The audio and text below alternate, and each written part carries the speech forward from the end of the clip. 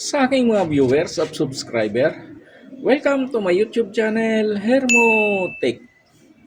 Sa ngayon mayroon tayong isang standard na wall plan, wall pan. Okay lang ito rito at ang pinaka-complaint nito ay mabagal daw umikot. Pagka ganyang mga mabagal, tingnan natin yung shafting niya, malambot naman ah. Kaya lang medyo mahaba na yung clearance niya. Ayan oh. Kailangan nating lagyan ng spacer to. Mahaba na. Ngayon, subukan nating i-plug.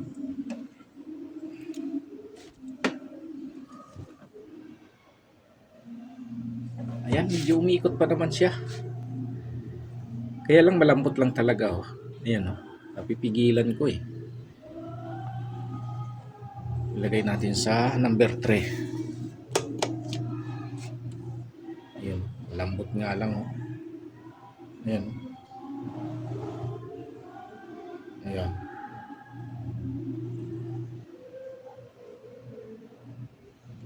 Ayan, pagka mga ganyan, tingnan natin yung kapasitor niya. Tapos, lagyan natin ng spacer to.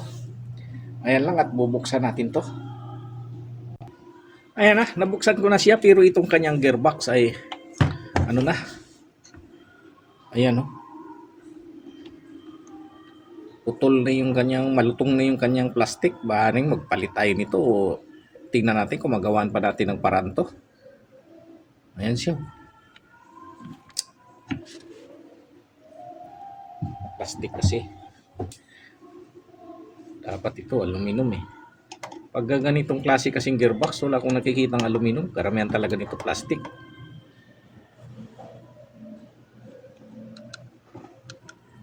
Ayan siya. Ayan o. Sibak ko. Pero gumagana pa sana to eh.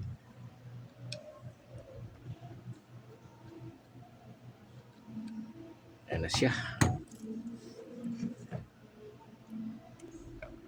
Ayan na yung ating kapasitor. 1.5. Test natin yan kung 1.5 pa rin.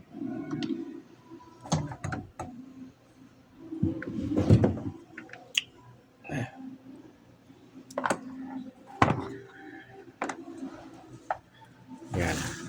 Buat tayo ng tester.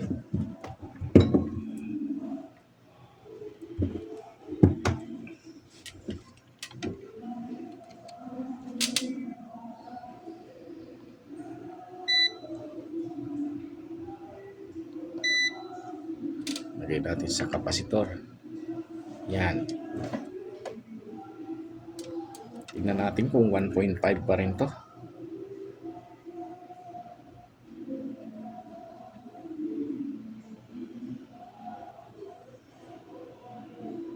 .22 na lang. 0.22. Ayan o. Wala na. Sira na ito. Ngayon mayroon tayong bago rito. Ito 1.5 din. Test natin.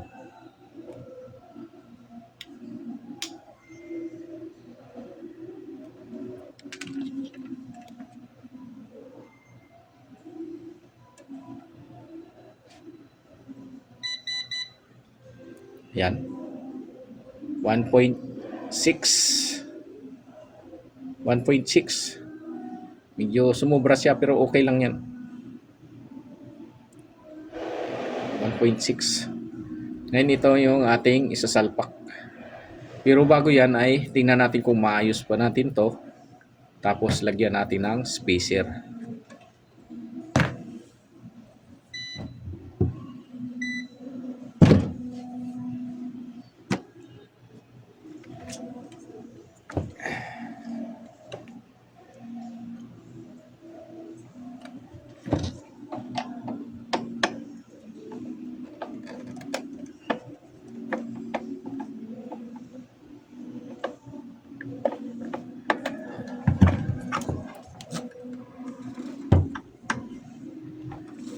Yan na siya.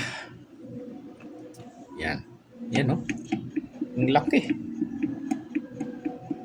Ang laki ng ano niya, clearance.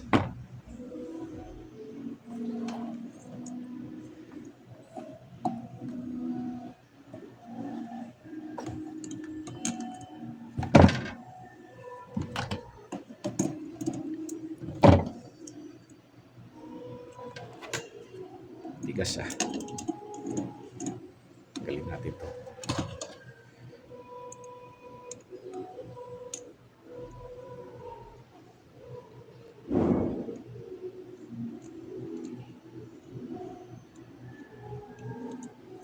Yan na siya.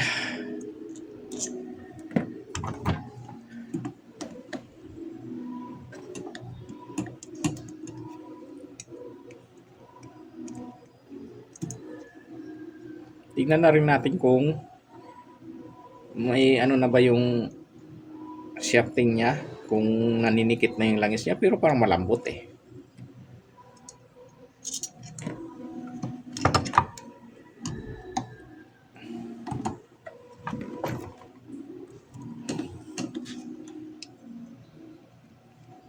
Ayan, malapit na. Dalawa na lang.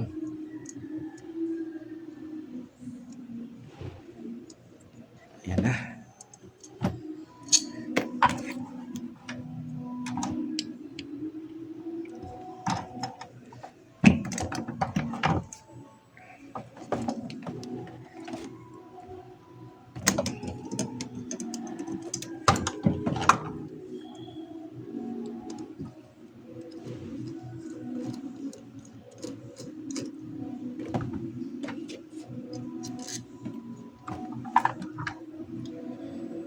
Ayan na siya.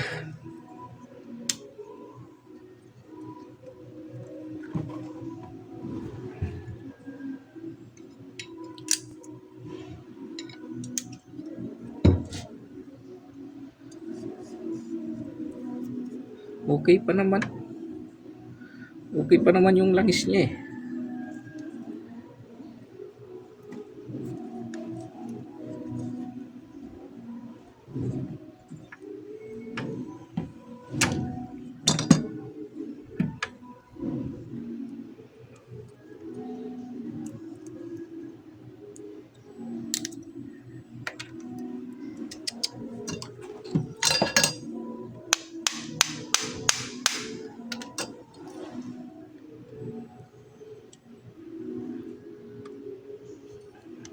Hindi to matanggal.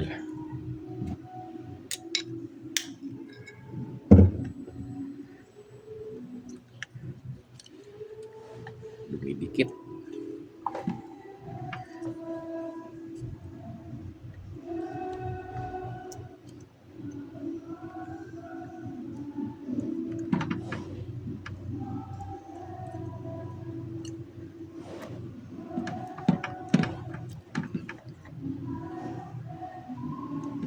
Parang nanikip na yung shafting sa likod ah.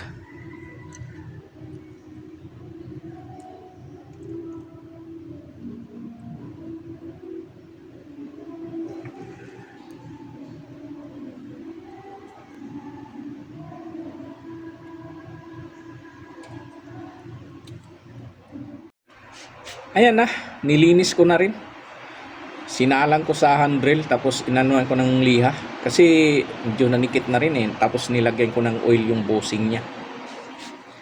Ngayon ibalik na natin yung pinaka spacer nito. Tapos nag-additional ako ng spacer na dalawa. Ito. Kasi ano na, mahaba na yung clearance niya eh. Yan.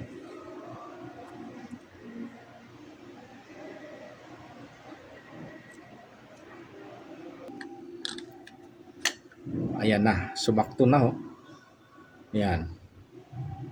Ngayon kung masikip, dito tayo magbawas. Titingnan na lang natin.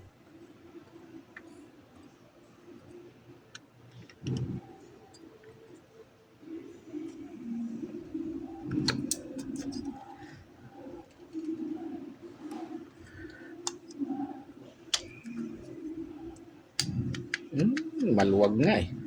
Mahaba oh. Kailangan nating dagdagan tong isa eh. Oh.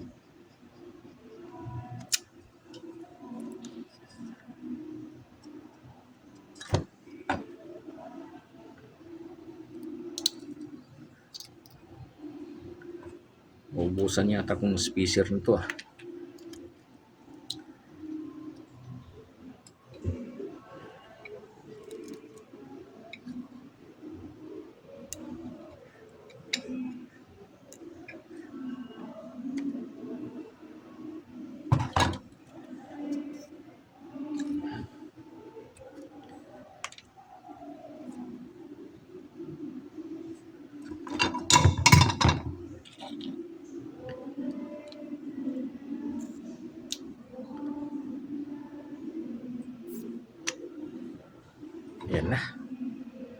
Subok ulit natin kung okay na ba.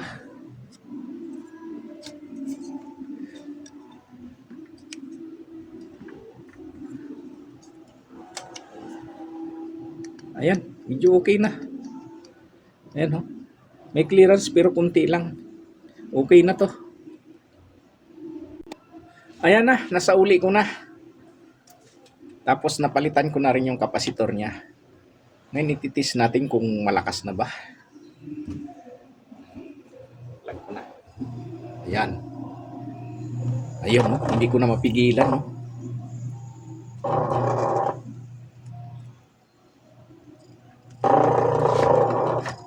Ayan na, okay na. Ayan, ang gagawin na lang natin ito ay palitan na lang natin. Nabungi lang eh. Ito, mayroon na tayong bago. Ayan. Ayan, oh. Pares lang naman eh.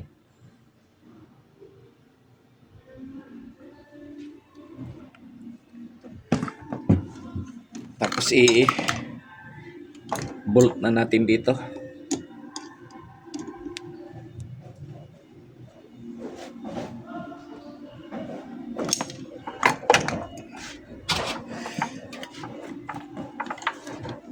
Siya.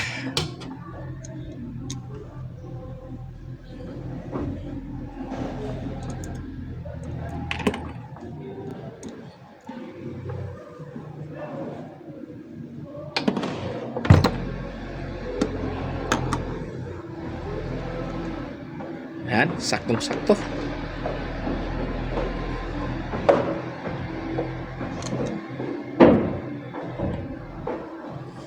Yan, ilagay din natin dito. Wala pa akong nakitang aluminum na ganito eh. Kaya puro plastic.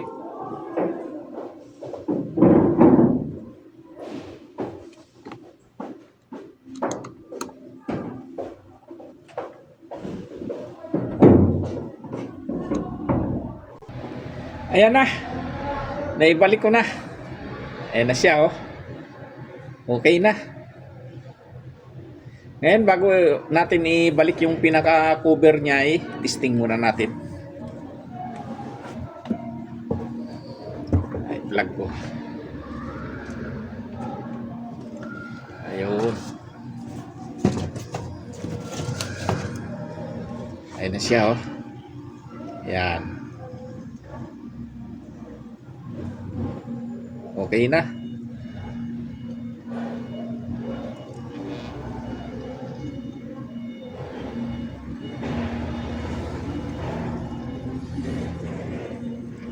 Balik na natin yung pinakatakip niya. Yan.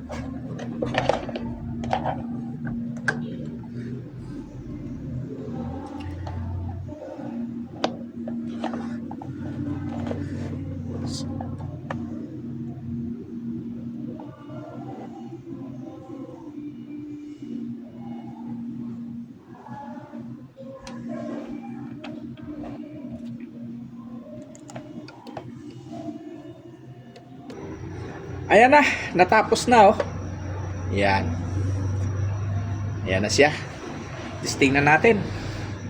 Di na lang niya kasi straight sa akin, walang blade eh. Yung pinakatakip niya at saka yung pan niya. Kaya bahala na siya magsalpak doon. Basta malaga, okay na. Ayun. Okay na. Ayan. Lang at maraming salamat sa inyong panunod and please like, share, and subscribe to my YouTube channel for more upcoming video. Thank you.